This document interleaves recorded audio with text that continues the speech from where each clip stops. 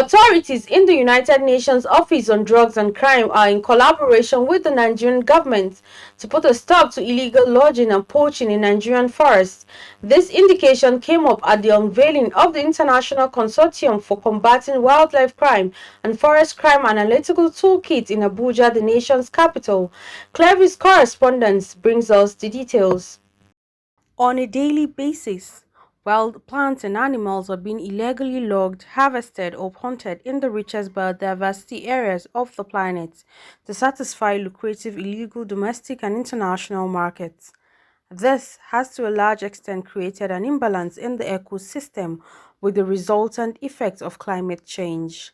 These flora and fauna are often trafficked and supplied in contravention of national and international laws and conventions on a scale that poses an immediate risk to species and ecosystems, as well as to the people who rely on them for their livelihoods.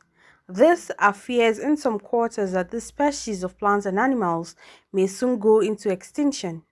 Minister of Environment Mohammed Abdullahi at the unveiling of the toolkit said the workbook represents a complete guide needed to drive and achieve Nigeria's vision in the current fight against wildlife crime and directly contribute to what is needed to reverse the negative trend in the country.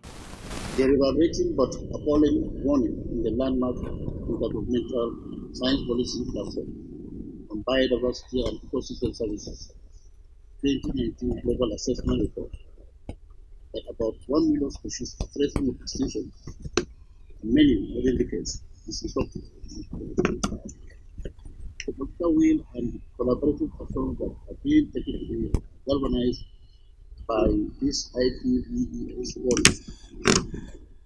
Let me commend the International Consortium of Combating Wildlife Crime in its collaborative effort via its 5 intergovernmental organizations in strengthening criminal justice systems and providing coordinated support at national, regional, and international levels to combat wildlife and forest crime. Olivia Stope, country representative of United Nations Office on Drugs and Crime in Nigeria, and the ambassador of European Union to Nigeria, Samuela Isopi, spoke extensively on the need for everyone to join forces in the fight of tackling forest crime and reducing deforestation in the country for the greater good of all mankind. Organized criminal trade of wildlife and forest products through Nigerian ports has created a threat to biodiversity across the entire region. None of these developments have gone unobserved, neither by the government of Nigeria nor by the international community. While the 2018 CITES ban on the international trade of Nigerian rosewood constitutes probably the most prominent measure taken at the international level, the government of Nigeria has taken several decisive steps, in particular since 2020, to counter this trend.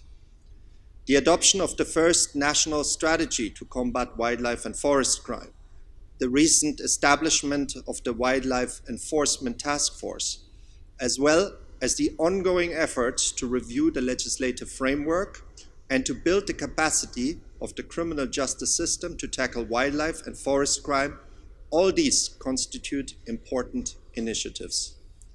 These efforts have started to bear some fruits, in particular as concerns the ability of Nigerian law enforcement to seize illegally traded wildlife and forest products.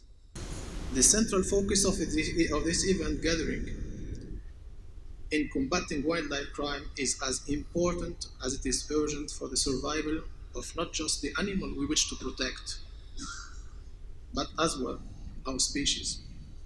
To achieve a holistic climate action, each and every nation must be prepared to do that, needful in pushing forward the green agenda, not just in the area of hardware, but also the soft side of things, which include efficient administration of justice in this regard. ICCWC Toolkit is an operational document that will be used as a catalyst to strengthen criminal justice systems and provide coordinated support to combat wildlife and forest crime, not only in Nigeria but in the West African sub-region.